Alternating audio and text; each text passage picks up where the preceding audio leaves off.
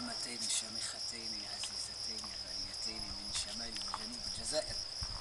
هذا ما لا يدع أي مجال للشك أنني أنا سعيد جدا بضيافتهما لي، لأنهما صانعتي الحدث، الأستاذة مريم بنديبة من أضرار والأستاذة فتيحة بواسة، أمينتين وطنيتين. فهذا شرف كبير جدا أن يكون سبب عودتي إلى هذا المكان الذي احتضنني يوما واحتضن كما يقال هواياتي وإرهاصاتي وكل شيء.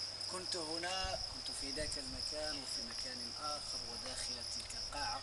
كل زاوية تحكي بجنباتها والله سبحان الله المشاعر حكاية بلال الصغير. دليل أنه قضيت هنا ربما 3 سنوات أو مع سنة أخرى في جامعة وهران، لكن 3 سنوات التي قضيتها هنا في الإقامة الجامعية كنت أؤمن بشيء واحد، أنه الجامعة سيفونير مش أفينير. كنت نقولها وهناك تسجيلات مسجلة أمام آلاف الطلبة. انتخبت رئيس للجنة المقيمين لمرتين، وكانت عندي شعبية كبيرة جدا هنا. حتى المدير قال لي أنني الحمد لله كنا نعطي صورة حسنة وقدوة حسنة. على ذكر الشعبية